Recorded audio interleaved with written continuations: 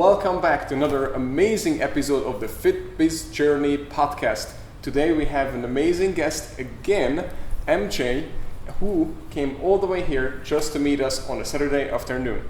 My name's MJ Gordon. I'm a photographer. I mainly work in the niche of fitness and yoga, and for many of my followers on the internet, they know me as a YouTuber and Instagrammer. So I'm so excited to be here. Thank you so much for having me. Oh, thank you for coming out.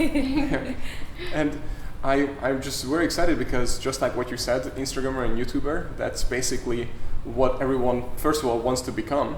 But you already have accomplished that, and then I just really want to come up with like, why did you do it, how did you do it, and where did you start first? But before we even get into it, what was your background before you even like created your first ever account? Oh, my background was in fitness. Okay. I was a fitness trainer in Orange County, and I was doing that, but I was very not cool with the idea of being stuck to a location because I loved traveling. So. That's what I used to do. But photography and videography was just a hobby. Okay. So. And then what made you like decide because of travels? Is that why you wanted to like really jump into to the social media? Well, actually, I started back in 2008, 2009. So before social media was a hype, yes, I just used YouTube as a way to share with my friends and family while I was away. Oh, that's awesome. So I had no idea it was public. So, go ahead. I was just going to say, what kind of content were you putting out at that point? Fitness and travel. Okay, gotcha. Yeah. But only for friends and family? Only for friends and family. But you didn't know everybody else seen it? I agree. Yeah, got it. Exactly. So how did that grow? Like, did people just start watching it and sharing it, or how? So this is kind of off topic, but I started a family, Yeah. and I filmed my birth at home. Oh wow! Yeah, and it was very PG. So. Yeah. Got it. But every week I was posting baby week 1, baby week 2, and as our family grew and we began to travel more, people started generating interest. And I was like, who are these people? You know, it was back when Google had to reach out to you first and say, do you want to be a YouTube partner? So that was 2011, I believe, yeah. Yeah, and when did you make the actual steps to just do that, I guess, full time? Or, because you started, how many businesses? 6 businesses? Or? Several, I would have to count, but okay, yes. Many different businesses. I started doing it when we said okay to Google. We had no idea it would be what it could be. I mean, it's huge now. So we had no idea the potential, and we just thought this sounds fun. Yeah. And we were still doing our boot camp training outside of our house at that time. And as it began to grow, and we thought, hey, there's a real potential for this, then we said, we're going to do this full time so we can focus on living with our family while documenting the process. And that's sort of how it began. Wow, that's amazing. So, and you didn't go to school for this, did you? No, it's all a hobby. Yes, it's as most of us, right? Yeah. But you were able to grow your what's your YouTube following is over 100,000, 200,000, 100,000. 100,000, yes. Yeah. So how long did it take you, or do you see it growing and keep going in a steady pace, or it was just random spikes? It grows at a steady pace. I would consider for as long as I was on YouTube that my channel grows relatively slow. But I like the slow and steady wins the race. Yeah. And for me, I think it was a process of trying to discover who I was and what I was about. It was never about let's make money off of this thing. It was just for fun to begin with. So as it began to grow and we began to grow ourselves in our business and in our family, we started to say, you know, we should make these two things match because they're both such huge parts of our lives. So that's sort of how we developed into it, yeah. And what's your big goal if you have a vision of what you want to take it to? This is going to sound so like, I'm a beauty pageant lady, but I want world peace. I would love for more people to get in touch with the tools that it takes to live an optimal life. Okay. Because I think that so many of us seek to be happy. And throughout my journey as a fitness instructor, a business person, and learning how to grow family, learning how to find myself, there are very simple, I think, variables that we need to focus on to really live fully and live empowered, so we're not just worried about our own problems, you know? There's a lot of us. We can solve a lot of problems together, but I think it takes getting over ours first. Yes, that's what we always say. And since, I mean, we always say, yeah, that's I said right? Yes. So, sorry. So, what I wanted to bring up is that I also saw online, and this reminded me as well, that you have started your coaching business as well, correct? Yes. And that's also on the business side and also on the health side, what you just mentioned. So it's a well-balanced program, I guess I could call it. Yes. What can you tell me, why did you start it and when did you start it? And how did you see it grow? So I started this because I was solving the same problem a lot for people, both online and in my personal life. So a lot of you guys ask, how do you get more energy? How do you have so much time? How do you leave your 9-to-5 job and really do this successfully? Because I think a lot of people start a side hustle and they try it a little bit, but they run into a lot of dead ends or a lot of gray areas. And so I wanted something that was just very simple, and I found myself kind of repeating the same things, and I thought, you know what, I'm gonna stick this in an online course so any of my friends or family could have access to it, any of you guys could have access to it, and just really take this step by step and hopefully learn from all of my mistakes in the last 10 years. So. That's how it works. I document everything. So that, I mean, these are being documented and going to be behind the scenes videos and everything, just because we learn from it constantly, you know, what, the mistakes that we make and also how to make them better. Yes, and absolutely. So why, or not why, but the content creation part, so what you just mentioned, I assume that's also what you use to create content for all your clients, friends and family, or the problems that they come to you is that what you create for content, or or how absolutely. do you pick? I generally pick based on what can I do to best help people, because there's a lot of fun things to do, and that's a common thing that I see is we are also as creators interested in so many different things, and there's so many things to create, and so it's easy to sort of spread ourselves in 10 different directions going nowhere. So I had to ask myself, what do people come to me for the most, and how can I really leverage my own strengths to help people as best as I possibly can, because I don't know everything, you know, so the best that I can help, what can I do to sort of narrow that focus and create content around that specifically. How much content did you create so far, if you would have to guess, like how many videos? For YouTube only, I know there's over 1,300. Wow. They're not all public. Okay. They're all accessible publicly, Yes. but you won't search. You can't search for them because I started to narrow that focus a little bit more. But between clients, YouTube, the courses, I mean, thousands. I wouldn't be able to count. So and there's, since you've narrowed the perfect topic for people, because they always ask us that, how often should I post? And then where should I post? How long my content should be? There's so many questions that they ask. But let's start with number one. Do you have a actual schedule for the week or for a day? Or I do, yes. Can you share that with us? Absolutely. On YouTube, I schedule 3 times a week, Monday, Wednesday, Friday. I find that if you are going to post on a platform, to do at least weekly minimum, and to post around the same time, it helps you get good traction and good regularity, which all of the social media platforms like to see. So Instagram, I feel like daily is a little bit more preferable. And if you use things like Later, have you heard of Later? No, please stop. Well, I heard, but I don't have it. Yes. Later is a Instagram verified scheduler. It's an outside third-party app. They allow you to bring together a lot of different metrics to really see when your followers are most active, and they'll highlight those time slots for you, which I love. Like Hootsuite. Have you heard of it? How do you say it? Hootsuite. Hootsuite. I've heard of Hootsuite. I've also heard that you want to stick with something that is Instagram approved. Oh, got it. Yes. Because they do track that, and they do prefer one over the other. So you prefer Later, and that's what you've been using. I've switched over from Schedulegram, I think is the Schedulegram. Okay. Yeah. And so Instagram, you mentioned daily.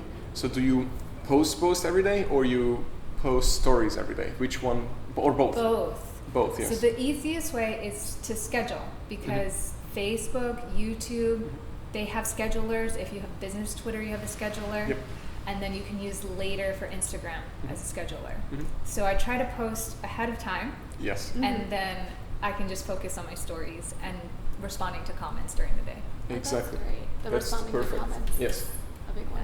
Yeah, that's the perfect tactic. Sorry, I didn't want to interrupt. I just No, wanted to you're say fine. that that's the tactic that everybody would need to adopt who is actually serious. But then we get into that what do you call it? Cul-de-sac, the dead end. Yeah. Yeah. So what happens is that, okay, so now I know the schedule, but where's the content? How do I create the content? So how do you create your content? I always tell people just start. The hardest thing is to just start. And I think that we get in over our heads wanting to perfect it, wanting to make sure we don't sound foolish and look foolish. Often we're not used to seeing or hearing ourselves on camera. So, so we look at it and we're like, this is awful. I don't want to post this. But post it, because people want authenticity. People want to see that you're a person. And personability is something that really connects people with online influencers or anybody who's posting. It's something I actually have a hard time with personally, because I do so much commercial work on the side. So I have a tendency to put my commercial face on in front of the camera. It's sort of anchored in there. But just being a person, and more than being perfect, document what you're going through and tell the whole thing. You know, I think people leave things out and they want to post just what they think people want to hear or what they think is cool to hear. Yeah. But really saying, you know, guys, I'm new to this and this is weird. Why does that look that way? You know, just that whole experience leaves viewers feeling like they're having an intimate interaction. Yeah. And I think that's important. I think a lot of trainers, when they're starting to try to build their profiles, they also think, okay, I just have to post a lot of workouts and then a lot about food. And I think we've even tried to encourage them, like, no, but you're a real person too. You're not just a trainer. So if you have a meal that's not like the most perfect meal, that's okay, because you're able to share that with whoever is looking and following you, because then they see a real person. So yeah, and that's what separates you. You know, because there's how many trainers out there. There's how many Instagrammers or YouTubers out there. So how do you separate who to follow? It's based on personality, just like we decide who we want to be friends with. So. Exactly, be you. Good point. Yeah. And I'm so glad both of you brought this up, because if you look online, for example, just personal trainers itself, that who have the most followers, if that's the goal for someone who is watching this, who is the most influential is all the people who don't just post about their workout routines and food and everything, they actually post their life. Yeah. Because a good looking person like you, everybody here in this room technically, is people want to know what they do outside of working out. They already know what they think, they think they work out every single day and they think they are at the gym all day long and eat so clean and whatever. But when they see that they go out, they have fun, they smoke cigars, just saying random things now, have alcohol, all these things, and have fun, do this and that, then all of a sudden, oh, it's a real person. Yeah. And now you have a connection. Well, I think the thing is, like, we all know, like, exercise regularly, eat healthy. We know that's the formula, but how do you navigate around being a person and living a personal life? Yeah, you want to go out with your friends. You want to have that cheat meal once in a while, or a little bit of snacks when you watch the movie. So being a person and sharing that journey in the back end is what allows people to have more success too, ultimately. That was perfectly said. We should probably frame that. That's what we're doing here. Again, just reminding you too, and everyone who is watching, that we are documenting everything we're doing, so people, just like what you said, they can learn from it and they can create it better than we did it. Yeah, absolutely. So getting back, I wanted to follow up with that question. So why did you stick with or picked is that what works best for you, the Monday, Wednesday, Friday for YouTube, or that's works best for you, or that's what works best for the audience, you think? I tried actually daily video in July, and I did that, and I felt like my content wasn't as thoughtful or quality. So I would love to do something every day on YouTube if I had the resources and the time. Yeah. But at the moment, Monday, Wednesday, Friday seemed really fit for my audience. They didn't seem to mind either way, and in fact, many of them were saying daily video is so much to keep up with. For their own schedule. And for based on my own audience. I think if you have a different genre, maybe it would be different. But so I chose 3 times a week so that I can really focus on making sure that I'm thoughtful about what I'm saying and really deliver that with 100%. So. Good. Yeah, absolutely. And have you played around with the Instagram video live yet or anything like that? Yeah, absolutely. How do you feel about that? I love Instagram. I love YouTube, but I really am loving Instagram a lot because I'm a photographer at heart, and so I get to sort of post my art. And as far as the videos go, you've got a few different mediums. You can post video posts, you can do video stories, you can now have IGTV, which allows for longer videos. And I think all of us are sort of just playing around with how to navigate. Like, we don't really know what we're doing yet. So I've taken some time to adjust or reformat the YouTube videos so that Instagrammers can have access to it via IGTV. It's not all there. Some are exclusively YouTube. Awesome. Yeah. And what was the so you said Monday, Wednesday, Friday YouTube, and Instagram every day, basically as much as you can. And how about Facebook? Do you use that too? I do. Do you connect them? I do, yes. So my Facebook page is sort of just a hub, so for Facebook users. So I think the easiest thing is to get really overwhelmed because there's so much out there. And so I tell people, if you're just getting started, pick one. Pick one and really hone in on that and really build your audience there. And as you feel comfortable and established and in a flow, then add another one. And then start helping direct some of that traffic to that new one, and so on and so forth. So you'll notice that my YouTube has the biggest following, and then now I'm focusing on YouTube and Instagram. But Facebook I mainly use for my private pages for my course attendees, and I have a public Facebook page as sort of a hub for all of the content from all the other platforms to just be hosted on. It's not really a strategy, it's just to be there on Facebook. So got it. And then, and of course, I assume you use the Facebook groups, right? For your not audience, for your coaching program, right? Yes, absolutely. So, but that's the perfect platform, and everybody recommends it. That to use that because you can just invite only, kick anybody out, and then they can feel exclusive in the being part of something. Yeah, it's very exclusive. Exactly. Yeah. And then do you?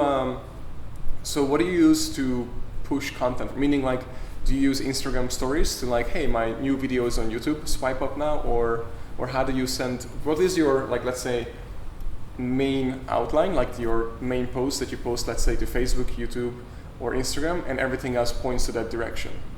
Does that make sense? What I try to ask? It does, and I think that is like strategically where you want to evolve away from. Because you want each platform to be exclusive. Got it. Every user's different on Facebook versus Instagram, YouTube, Pinterest. So you can reuse content. So we'll post similar content, but you'll notice on my Instagram page, there'll be these 1-minute videos and there'll be like a quote above the video. That video is a clip from maybe one of the YouTube videos, but we alter or edit it so that it's more preferable to the user or interface on that specific platform. Perfect. Yeah. And in your scheduler, I totally forgot to ask this, but since you mentioned a video now, later, can you also schedule videos with it? I wish I knew. I think so, yes. Okay. yes. You should, it's been seamless so far. I haven't had any complaints, so I believe so. Yeah. Okay, good. I will look into it too, because I believe maybe it's Hootsuite. Hootsuite, yeah. I think when I played with it, that my only concern was that the video itself, you cannot schedule it, because it asked you can post it through it, but it cannot be uploaded and then waiting for a week to be uploaded to Instagram. And then you can't pick the frame, so it's important to me to pick the frame in the video because that's what shows up before they hit play. So I like when they allow you to, have full control. And as far as photos go, I know Later has that, but I think I probably don't know because I think I'm still doing the videos by hand so that I can pick my frame. Got it. Yeah. Okay, makes sense.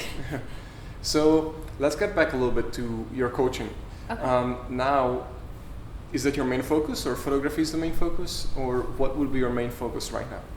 My main focus, first and foremost, is to make sure my family can eat. Yes. So my bread and butter is my photography and videography that I create for clients. So I'm not just an influencer. In fact, I own my own company, my own media company, and that's the bulk of our work throughout the day.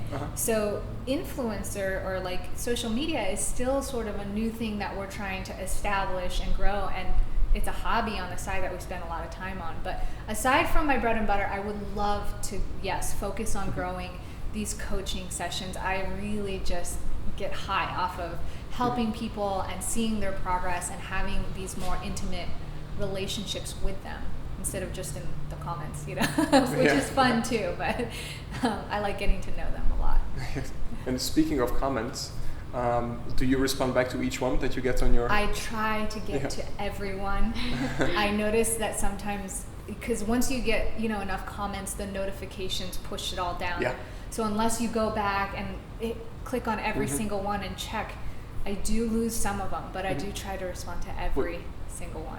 You're responding back to me. That's why you're here today. Yes, it is. And yes, guys, use social media, especially Instagram. But my tactic and I ask you if you have ever tried this, but my tactic to try to find an influencer like you is what you do is you look at all their platforms that they are on, from Twitter to Facebook to YouTube to Instagram and all that, and find out where they are active, but where they have the least followers. Because if you have the least followers on one platform, if you message that person on that platform, then more than likely they're going to see that message, because if you have hundreds of thousands of followers on Facebook or something, then your mailbox is probably completely full. Right. So you want to go always to the one that has the least amount of following. Yeah. And then also that's where you comment and message. Of course, connect on each one. I think I messaged you in multiple places, but oh, did you? but yeah. So that's the only way it works, because what you just said, it all goes down. I get tons of messages too on Instagram, and you can't possibly see all of them because they're just rolling in just like this all day long. Yes, yes. That's smart. I'm glad you did get in touch, though. I'm glad that I was able to see. Yeah. So I think that's a great tip. Actually, is persistence. Yes. Like I think a lot of times we think that we just have to give this one shot, or your first video is like the end all be all, but I just think the more that you keep doing it, the more that you grow, the more that you learn. The learning is in the journey, it's in the process. Absolutely, and that's what you have to love more than anything, because the end, there is no point in time where you know the end is going to show up. There's no end. There is none, right? Exactly. There, you're like, there's more. So, do you have any like big challenges you're facing right now, or what is your challenge right now, if at all? So I came out with this video just this week, actually, and as a business owner, I faced a big tax bill in 2016, and that's something that really pushed me to be more open with the entrepreneur side of things, because normally I talk more about mindset, health and stuff, and a lot of people go into this really excited, but if you grow really quick, you have to make sure that your ducks are in a row, which I did not. So it's been a good lesson and a learning experience, and I hope that mainly what I'm trying to say is be mindful of your tax brackets. If you're making your money, make sure you know that that's not all yours. You're gonna owe people, and especially if you grow quick, hoard the income a little bit, because they have to be allocated appropriately. Do you have any books or anything that you recommend on that, what you just said? Or I actually, not books, but I did hire LegalZoom at first. They're I think it's like a premium business plan where you get to speak to lawyers and accountants within your area as often as you'd like. So I did that for 2017, and every week I had a call with a lawyer and accountant just trying to learn. But even learning that, it allowed me to be able to hire the right accountant so that I'm totally not in the dark. And I think that's important, because if you put all your trust in the accountant, then you don't really know what's going on. And I've heard some horror stories of that. Not to be negative, but so I think it's important to know at least enough so that you know what the person's doing, and then really truly get yourself a good accountant. Yes, I agree with that. And then the book that I would recommend, and everybody who is watching or listening, and to you too, since you mentioned all of this, is Profit First, because Profit First is an awesome book by Mike Mikhailovich, if I say his name right, the last name. Yeah. He will probably comment on a video saying that he butchered my name again. But anyways, it's an amazing book because it will show you, depending on the brackets that you are in, and what's your income, 100,000, half a million, million, over a million, 5 million, 10 million, that kind of stuff. Then it will break it down with percentages and it show you exactly how to calculate on yourself that how much you're supposed to put away for taxes per month, how much you're supposed to pay yourself, it will show you exactly, and then how much profit you're supposed to have, and then how much expenses, how much operating, and all that kind of stuff. It breaks it down. And the reason why it's called Profit First, because the way that most people run their business is basically, whatever is left is mine. That's, and then they look at the bank account daily, then, okay, I still have money, let's buy that thing. Yeah. So which is obviously not really working out. Yeah, or just putting it into the business to, push harder. Yeah. And I think, so a lot of you might think, well, that's way over my head. I'm not even thinking about 1 million or 100,000. But the truth is, when it comes to business, you're looking for that fast break. Slow and steady does win the race, but a lot of times there is sort of a tipping point that occurs. And when it happens so fast that you should have these things in check before you even get there. So yeah, is that what happened to you too? Then it just went so fast. I mean, YouTube was great because I was living so minimally that when the tax bill came, I just wrote the check and I was like, oh my gosh, it's like a very expensive car. But this time around, what happened with my media company, and what I was doing was just taking all the money and dumping it right back in without, and I said, okay, I paid taxes last year, I have enough to cover that, and it wasn't even close. Wow. Wasn't even close. We had 2 clients that also cut out their contract early, so you got to account for unforeseen, liabilities, those sort of things. So I think that's something we don't talk about a lot. Yeah, nobody really talks about it. Yeah, but it's important, and it's the number one thing really that causes small businesses to fail is not having their expenses allocated appropriately. So, exactly. Yeah. And that's why I recommend Profit First. It's going to really, really help you. Yeah. And everyone who's actually listening. Trying to build a business. Yeah. And so I wanted to bring up lastly that what is your thoughts on education because you're a super mom. And then you will have kids going to college or high school, or what would you recommend if you would have a conversation with your children right now, and then you have to talk about, okay, so school, no school, what type of school, or go on your own, and self-education. What would you recommend to, I guess, yourself or to your kids as they're growing up? Well, I would have to say education is first and foremost the most important thing that anybody can ever do for themselves. Yep. I did drop out of college, and I dropped out of college because I had friends and mentors who were doing other things, and I just thought the entrepreneur thing was going to take off. And now fast forward 10 years later, it has, but my parents were like, stay in school. So I think there is a place for school. If you're going to specialize in something, if you need to get a doctorate or a degree in something to learn more about that, that's great. I do think formal education is important, but it's not necessarily something that you have to stay in school for. So we homeschool our kids. Oh, wow. And I love that because it's so diverse the way that we get to teach them, and they get to go at their own pace. So we say go at your own pace, but they tend to actually move a lot quicker than they do in the traditional school. They take interest in things because it's not redundant, and we make everything education. So when we're working, we're able to discuss and talk about that. We talk about money openly, which I think is something that I was missing as a child, which is why I was so unaware of things. And we talk about things just like getting gas in the car and the prices for the economy, or when we go to the aquarium this Tuesday, and so everything becomes an education or learning experience. And I think as a person, if you can go through life learning from everything, and really this is actually the base or the foundation of all my content, is how do you optimize life? You take every moment, you squeeze it for what it's worth, even if it's a bad moment, even if it's failing to pay your taxes appropriately.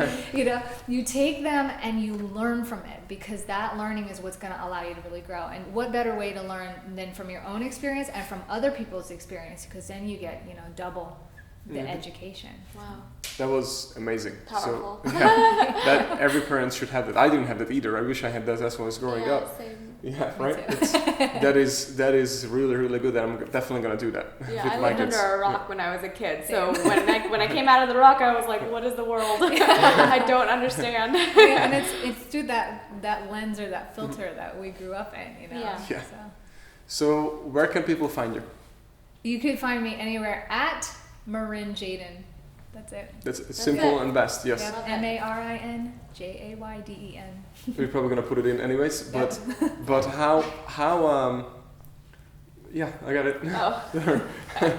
He's giving us tips on what to do next, but which we are in a second. Everybody stay tuned because there will be something about to go down in a second. Anyways, so what I was gonna ask you real quick is that what you recommend to everybody, to have one name on each platform? I think so. Yeah.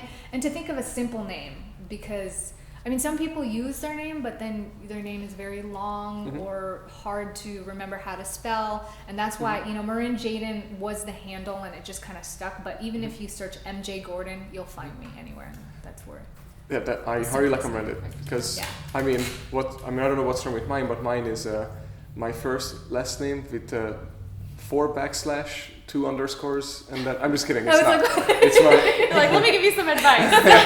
I'm just totally kidding. It's my first and last name with my middle initials because everybody remembers that. But yeah. Anyways, thank you so much for coming out. Thank you. And I really appreciate it. Yeah. And then guys, I really appreciate that you are listening. And if you really think this was very useful, then please go to our channel and subscribe.